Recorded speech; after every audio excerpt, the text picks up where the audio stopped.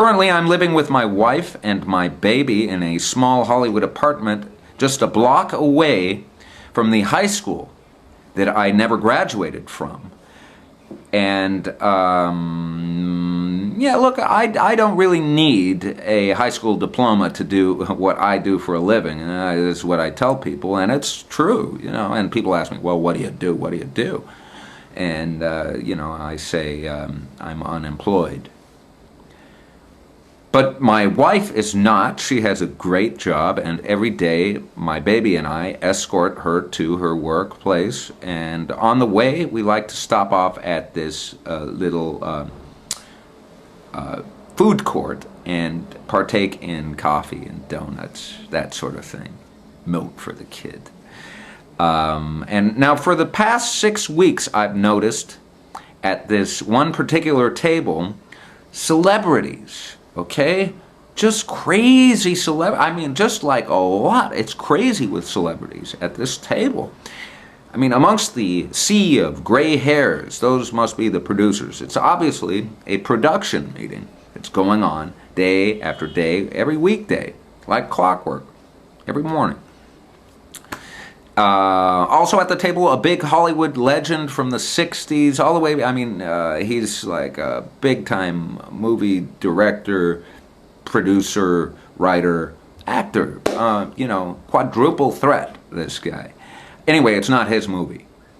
It's the youngest guy at the table is a guy in a fedora. He's the only one who dresses like an old man, okay? Everybody else is. And, so there he is. And he's calling the shots. This is his movie, writer-director, okay? And I'm thinking, boy, there's got to be some way I could get and sit at that table, and because I so want to be there, I so envy these people. And you know what? I'll bet a few of them are looking back at me and my wife and my baby, you know, thinking, boy, I'm glad the salad days are over. So anyway, I tell my wife, what am I going to do? This is my big chance. Anyway, she's got to go to work. And that very night, this is last week, I say, I got it. I know how I'm going to ingratiate myself, and maybe they'll invite me into their little secret society, country club, kind of a, you know, Hollywood. It's like the doors are closed, right? You got to open them up or sneak through the window or something. You got to do something. So I figure, here's the plan. Tomorrow morning, I say to her, I'm going to go to the table right during the middle of their meeting, and I'm going to say, so, who do I have to blow to be an extra in your movie? Right? And then they would laugh, right? Okay, that'd be great. Okay. And then I say, just kidding. I want a speaking part. Even bigger laugh, right? Okay, haha. Okay. My wife is like, yeah, that's a great idea. You'll go far.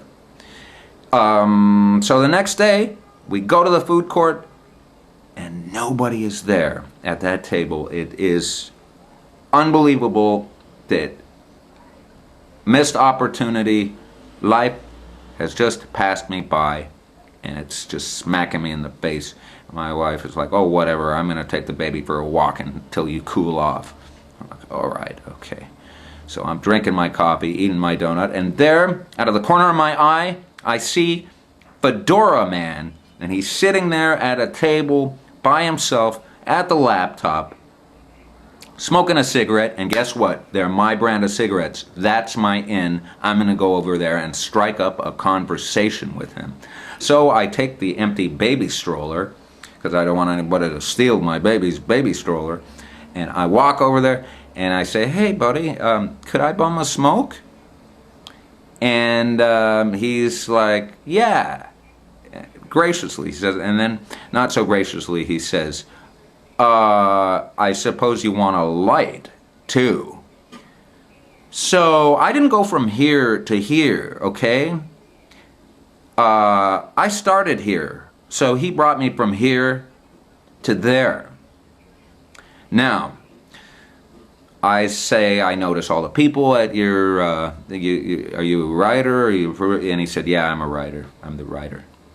I'm like, I'm the director, okay. And I'm like, oh, all right. And so I'm feeling like, oh man. So suddenly I go into automatic pilot spiel mode, and I say, so who do I have to blow to be an extra in your movie?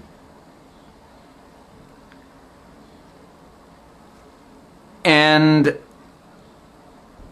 he says, he does that. He laughs. He goes, not me.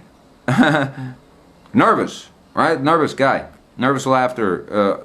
Pregnant pause. Awkwardness.